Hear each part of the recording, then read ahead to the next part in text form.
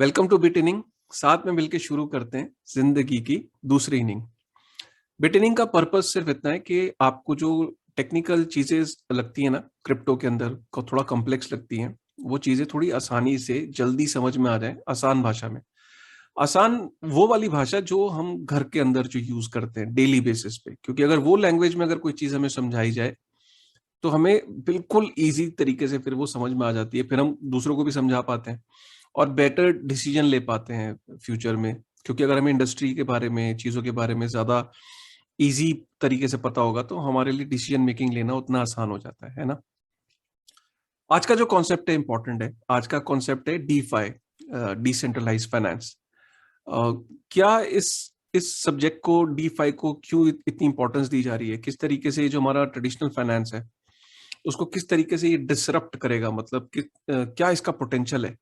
क्यों इसको बताया जा रहा है ये फ्यूचर है? क्यों ये बताया जा रहा है कि इस फ्यूचर में बैंक्स जो हैं, जो हम आज देख रहे हैं, वो शायद एग्जिस्ट ही ना करें? सारा का सारा फाइनेंशियल सेक्टर जो है वो इस डीफाई के ऊपर मूव कर जाएगा। क्या इसकी इंपॉर्टेंस है? कौन कौन से इसके अंदर प्रोजेक्ट्स आ रहे हैं? और क्या आपको डीफाई सेक्टर के अंदर, प्रोजेक्ट्स के अंदर इन्वेस्ट करना चाहिए, नहीं करना चाहिए? तो ये आपको बेहतर तरीके से तभी पता लगेगा ना जब आप सेक्टर को अच्छे से समझोगे, है ना। तो वीडियो के अंदर एंड तक बने रहें, और अगर पसंद आए ना वीडियो तो प्लीज लाइक कर दीजिएगा और शेयर जरूर कर दीजिएगा, और कमेंट करके बताइएगा कैसा लगा कंटेंट। सो बेसिकली क्या है कि देखो, जैसे जैसे ये इंडस्ट्री इवॉल्व हो रही है तो सबसे पहले बिटकॉइन आया। बिटकॉइन ने ये करके दिखाया कि दुनिया में पहली बार ऐसा हो पाया कि दो लोग आपस में वैल्यू ट्रांसफर कर सकते हैं।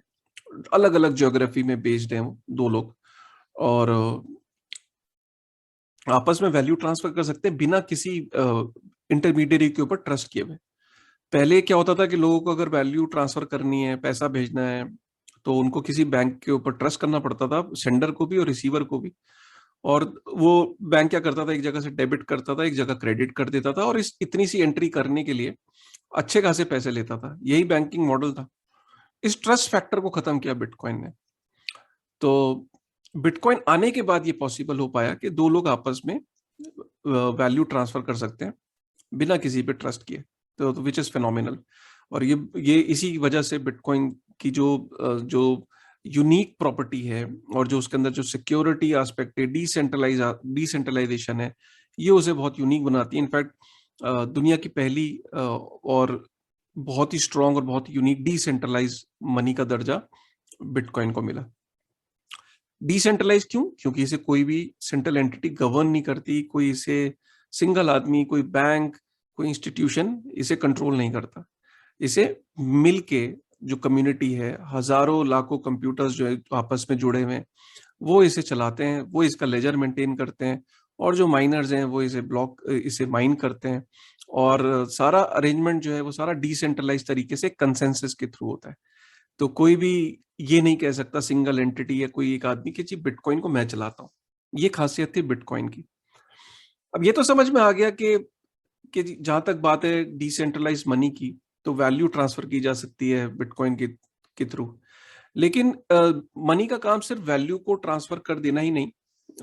कई बार क्या होता है, बहुत सारी कंडीशंस में भी बंधे होते हैं मनी को लेके।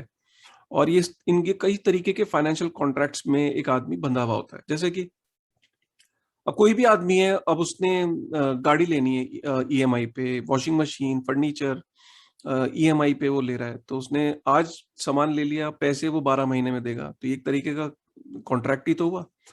और उसने कोई इंश्योरेंस का कोई उसने प्रोडक्ट लिया। अब इंश्योरेंस प्रोडक्ट लिया, इंश्योरेंस में कुछ कंडीशंस मीट आउट होंगी तो उसको उस टाइम पे पैसे मिलेंगे, अगेन एक तरीके की कंडीशन है। होम लोन लिया, वो भी एक तरीके की कंडीशन है। गोल्ड लोन लिया, पर्सनल लोन लिया, और भी तरीके के फाइनेंशियल प्रोडक्ट्स होते हैं। तो ये जितने फाइनेंशियल प्रोडक्ट्स हैं और ये जो कॉन्ट्रैक्ट्स हैं, राइट, ये एक तरीके की कंडीशन है जिसमें हर व्यक्ति, मैं भी, आप भी, सब लोग घिरे हुए हैं। तो अब अगर मनी को ट्रूली अगर इन्वॉल्व होना था तो मनी जो है वो प्रोग्रामेबल भी होनी चाहिए, उसके अंदर हम कंडीशंस भी अप्लाई कर सके, राइट। तो इस अपॉर्चुनिटी को इथेरियम ने देखा। इथेरियम ने 2015 में दुनिया की सबसे पहली प्रोग्रामेबल ब्लॉकचेन बनाई। प्रोग्रामेबल ब्लॉकचेन का मतलब ये है कि आप उसके ऊपर स्मार्ट कॉन्ट्रैक्ट्स का इंट्रोडक्शन हुआ। स्मार्ट कॉन्ट्रैक्ट्स का मतलब ये है कि एक ऐसे कोड जो कि ऑटोमेटिकली एग्रीमेंट को एग्जीक्यूट कर देते हैं, राइट। तो सपोज करिए कि जैसे आप जब कभी बैंक के साथ कोई पर्सनल लोन लेने गए, राइट, या कोई किसी भी तरीके का आप लोन लेते हो, तो आप उसके साथ एक अग्रीमेंट साइन करते हो ना, इतने 40-50 साइन करते हो। उस एग्रीमेंट के अंदर कंडीशंस मीट आउट होती हैं। वो एग्रीमेंट का कंडीशन का मतलब क्या है कि आप किसी भी पॉइंट पे अगर कुछ डिफॉल्ट करोगे या कुछ या कंडीशंस मीट आउट नहीं होंगी, तो बैंक्स अपनी कंडीशंस को ले डाउन कर देता है। और जब डिस्प्यूट पैदा होता है तो वो एग्रीमेंट की कॉपी लेके कोर्ट में चला जाता है, और वो कोर्ट में जाके बोलता है कि साहब इस आदमी ने डिफॉल्ट किया, ये इसने कंडीशंस को मीट आउट नहीं किया। तो वो एक आर्बिट्रेटर या जो जज है वो डिसाइड करता है, और वो जैसे भी आपके फेवर में, आपके अगेंस्ट में वो डिसीजन हो जाता है बेस्ड ऑन दैट एग्रीमेंट। तो ये सोचो कितना लंबा, कितना कम्बरसम, कितना कॉस्टली और कितना एक कॉम्प्लेक्स स्ट्रक्चर है। अब वही सारी जो कंडीशन सोचो ऑटोमेटिकली एक स्मार्ट कॉन्ट्रैक्ट के अंदर लिखी हुई है, एक स्मार्ट कॉन्ट्रैक्ट के अंदर है। जैसे ही वो कंडीशंस मीट आउट होंगी तो ऑटोमेटिकली जो है उसका आउटकम आ जाएगा। तो सपोज जो अग्रीमेंट है वो ऑटोमेटिकली एक एक कंप्यूटर कोड के अंदर मेंशन कर दिया, और वो कंप्यूटर कोड ऑटोमेटिकली जब इवेंट्स होंगे, कुछ कुछ चीजें मीट आउट होंगी, तो उसका जो आउटकम है वो सर्टेन है। तो जो चीज फिजिकल दुनिया में, फिजिकल तरीके से, फिजिकल एग्रीमेंट में कोर्ट के चक्कर लगा के, आर्बिट्रेटर के बाद चक्कर लगा के इन केस ऑफ डिस्प्यूट हो रही थी, वो सारी की सारी कंडीशंस ऑटोमेटिकली एक स्मार्ट कॉन्ट्रैक्ट के अंदर हो रही हैं। अब वो स्मार्ट कॉन्ट्रैक्ट जो है वो ओपन है, कोई सेंट्रल एंटिटी उसे गवर्न नहीं करती, कोई और एक बारी जब स्मार्ट कॉन्ट्रैक्ट जब बन गया तो उस स्मार्ट कॉन्ट्रैक्ट को कोई भी ऑडिट कर सकता है, कोई भी उसे चेक कर सकता है, कोई भी उसके लॉजिक, कोई भी उसके अंदर जो कंडीशंस है उसको पढ़ सकता है।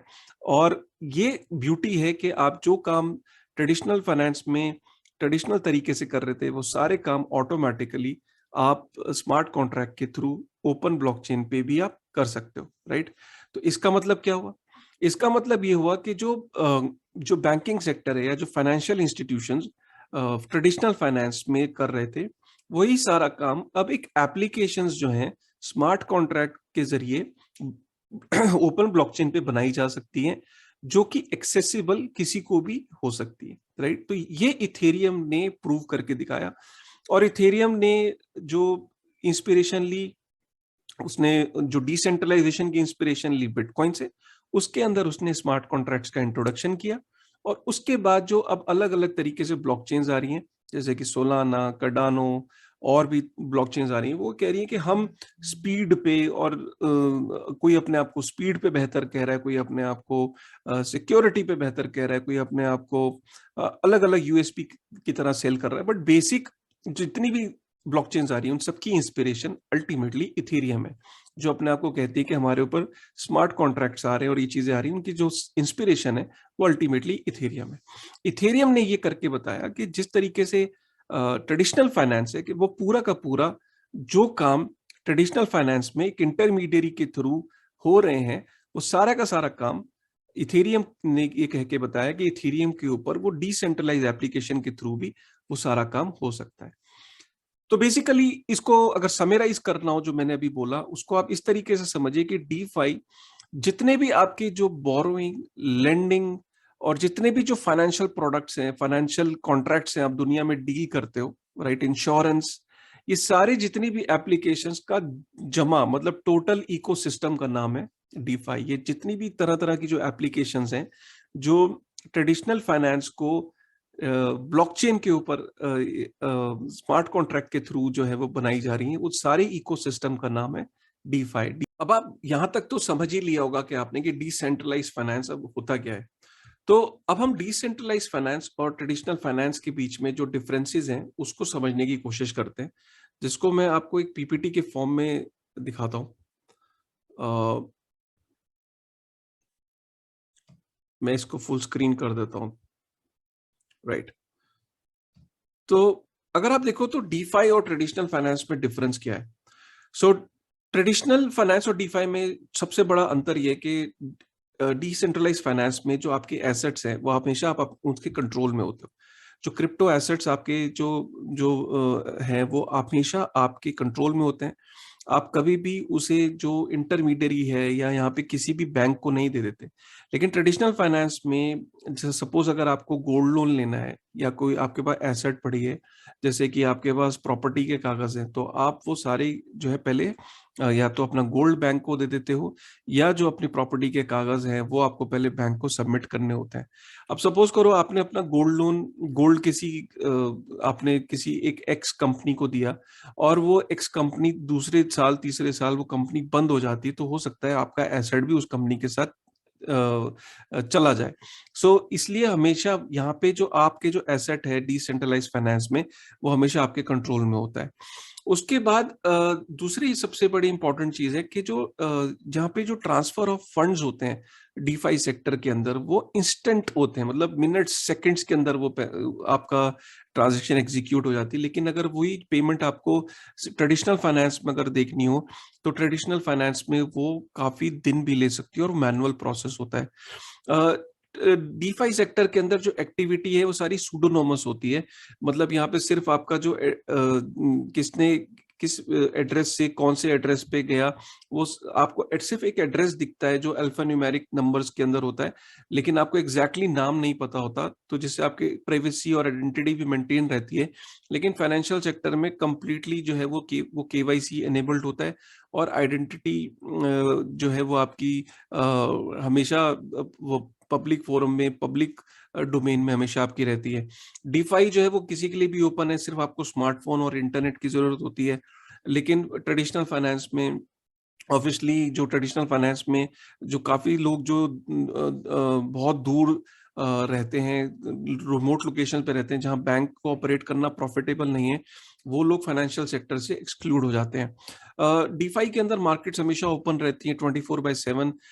लेकिन जो हमारा ट्रेडिशनल फाइनेंस है, वह मार्केट की टाइमिंग्स होती हैं, लिमिटेड टाइमिंग्स, हॉलीडेज और तरह तरह की चीजें, जिसकी वजह से कई बार ही तो स्ट्राइक्स होती हैं, जिसकी वजह से वो क्लोज रहती हैं। डीफाई पूरा ट्रांसपेरेंट है, कोई भी जाके स्मार्ट कॉन्ट्रैक्ट को ऑडिट कर सकता है, चेक कर सकता है। लेकिन जो ट्रेडिशनल फाइनेंस है, वहां पे वो क्लोज सिस्टम होता है, वहाँ कोई भी जाके बैंक से कैसे वो ऑपरेट करते हैं वो जाके वो मांग नहीं सकता, डिमांड नहीं कर सकता। लेकिन यहाँ पूरी की पूरी वर्किंग बिल्कुल ट्रांसपेरेंट है। जो बैंक्स डीफाई सेक्टर में बने हैं, जो डिसेंट्रलाइज फाइनेंस में, जैसे कंपाउंड है, आवे है, आप जाके इनके स्मार्ट कॉन्ट्रैक्ट्स को आप चेक कर सकते हो, ऑडिट कर सकते हो, और लोग टाइम टू टाइम ऑडिट भी करते रहते हैं। ये ओपन सोर्स हैं सारे कोड ओपन है, कोई भी चेंजेस होते हैं कोई भी जाके उसे चेक कर सकता है, ऑडिट कर सकता है। तो ये बहुत इंपॉर्टेंट है ट्रेडिशनल फाइनेंस में और जो हमारा डीफाई सेक्टर है उसके अंदर डिफरेंस को देखना। आप इसको और इस तरीके से समझिए कि सभी सपोज करिए कि डिसेंट्रलाइज फाइनेंस में आप सपोज आपके पास कोलेटरल आपका खुद का है। आप ये तो छोड़ दीजिए कि आप कोई ऐसा लोन लेने जा रहे हैं जो अनसिक्योर्ड लोन है, मतलब आपके पास कोई सिक्योरिटी नहीं है। लेकिन आपके पास अगर सिक्योरिटी भी होती है तो भी कितना चैलेंजिंग होता है डिसेंट्रलाइज वर्ल्ड में। सपोज आपके पास गोल्ड है और आपको गोल्ड लोन लेना है, तो आप किसी इंस्टीट्यूशन के पास जब जाते हो तो पहले वो गोल्ड की क्वालिटी को चेक करता है, उस पर कुछ एसेट गिरा के वो देखते हैं, आपकी एसेट को भी खराब कर देते हैं। फिर वो आपको जो गोल्ड की वैल्यू है वो बताते हैं। हो सकता है आपको वैल्यू इतनी बताएं कि वो आप उस पर बहस ना कर पाओ, क्योंकि वो उनके ऊपर आप डिपेंड करते हो, उन्हीं के ह्यूमन जजमेंट पे आप डिपेंड करते हो कि वो जो बोलेंगे वो सही है। तो बेसिकली आपकी खुद की एसेट होने के बावजूद भी आप उसे एज अ कोलेटरल उसके ऊपर पूरी तरीके से आप लोन आपको मिलेगा नहीं मिलेगा इसकी कोई गारंटी नहीं है।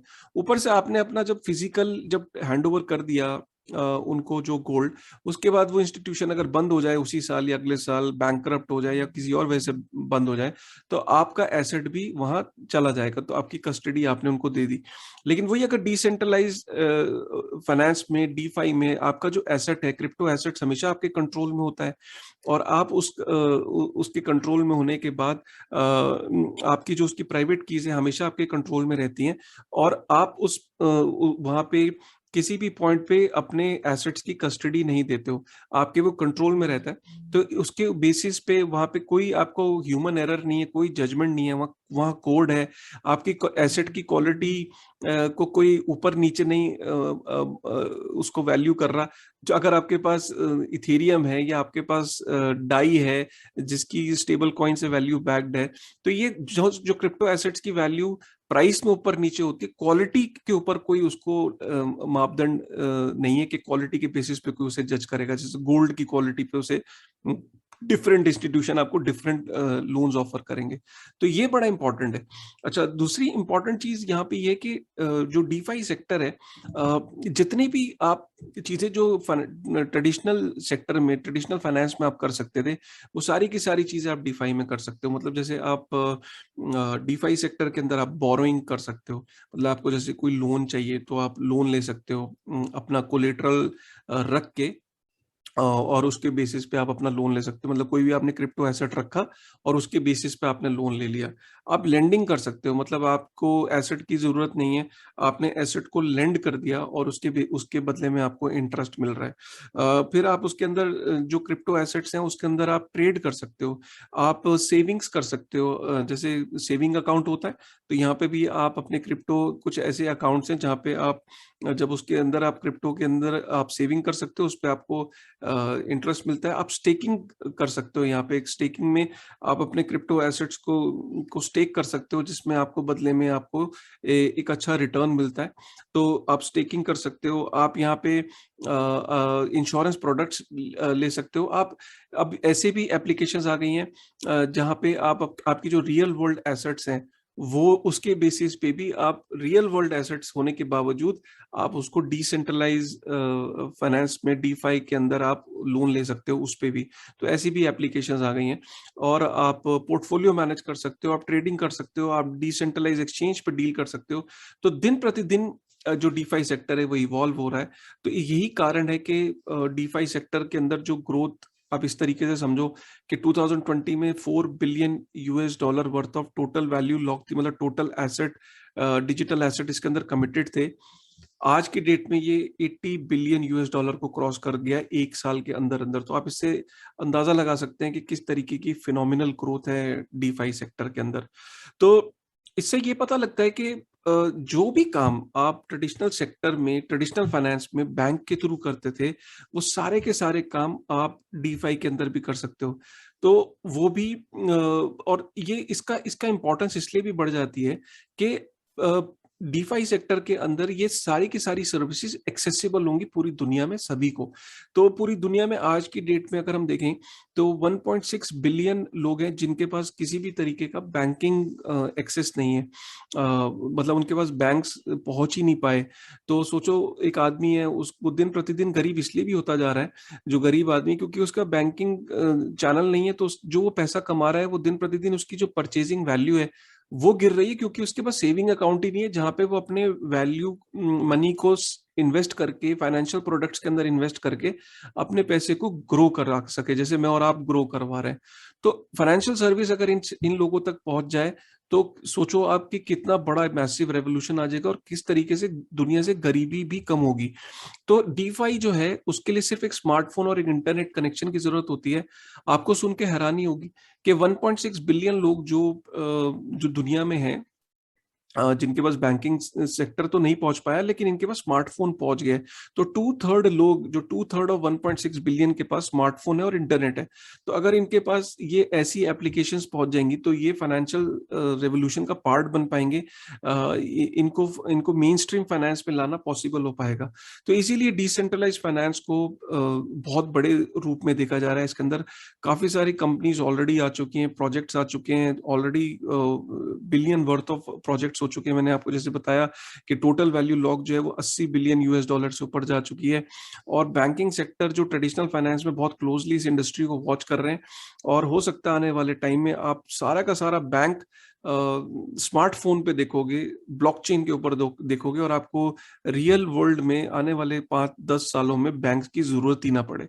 और जितने भी फाइनेंशियल प्रोडक्ट्स हैं, आपको वो सारे के सारे आपके स्मार्टफोन पे, आपके आपके हाथों पे इंटरनेट के थ्रू आप एक्सेस कर पाओगे, बिना बैंक के साथ इंटरेक्ट किए, जो आज हम देखते हैं कि हम बैंक की मर्जी पे डिपेंड करते हैं। बैंक के हर चीज के लिए हमारे बैंक की जो डिपेंडेंसी है वो कहीं ना कहीं खत्म हो जाएगी।